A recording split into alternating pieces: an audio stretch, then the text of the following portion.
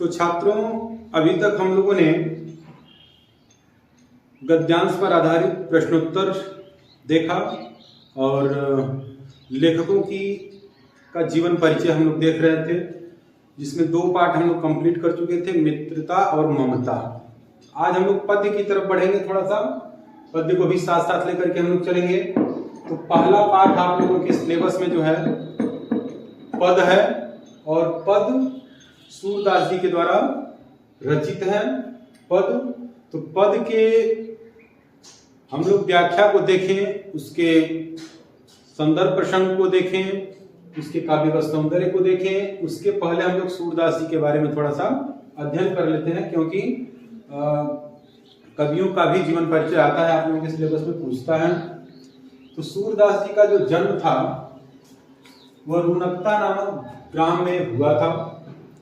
रुनकता नामक ग्राम में ये 1478 ईस्वी को पैदा हुए थे।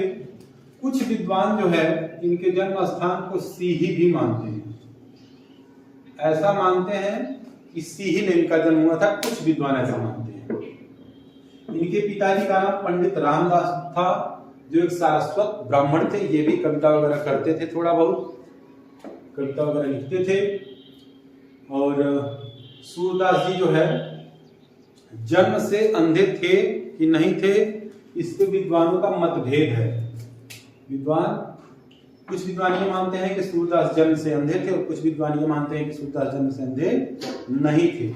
क्यों? क्योंकि जो है कुछ विद्वान ये मानते हैं कि जिस प्रकार से बाल मनोवृत्तियों और चेष्टाओं का जितना सूक्ष्मता से वर्णन सूरदास जी ने किया है, उतना कोई भी अंधा व्यक्ति नहीं कर सकता है। इसलिए सूरदास जी जन्म से अंधे नहीं थे। इनके गुरु का नाम था आचार्य वल्लभाचार्य। सूरदास जी जो है मथुरा में अपने गुरु जी का दर्शन करने गए, आचार्य वल्लभाचार्य जी का दर्शन करने गए, और मथुरा के गौ घाट पे। और जब इनका दर्शन किए तो वहां पे स्वरचित एक पद गाकर सूरदास जी ने वल्लभाचार्य जी को सुनाया।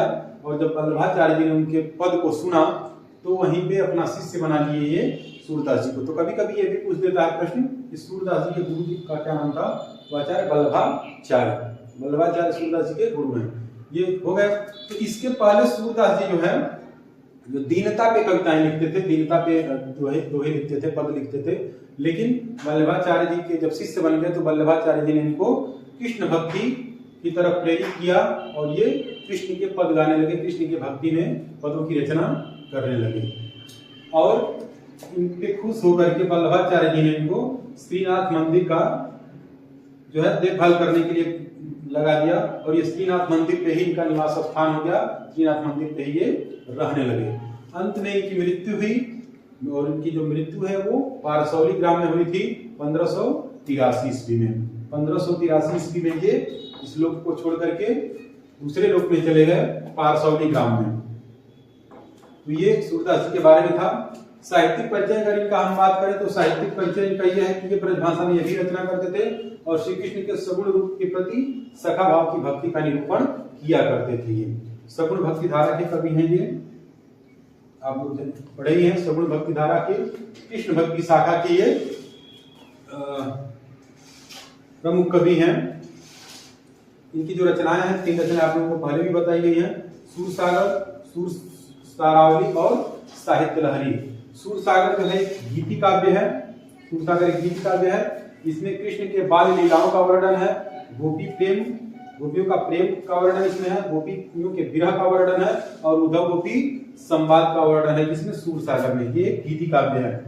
सूरसारावली जो है यह ग्रंथ सूरसागर का सार भाग है। जो सूरसागर है इसी का ये सार भाग है, संक्षिप्त रूप है। इसके बाद तीसरी जो रचना है साहित्य लहरी है। इसमें भी कृष्ण के बाल लीला तथा कहीं कहीं पर महाभारत का भी वर्णन इसमें मिलता है। साहित्य लहरी में कहीं कहीं पे जो है महाभारत का भी वर्णन मिलता है। तो इतनी चीजें अगर आप लोग सूरदास जी के बारे में तैयार कर लेते हैं तो खूब आराम से इनकी जीवनी आप लिख सकते हैं और अपना निर्धारित अंक हासिल कर सकते हैं।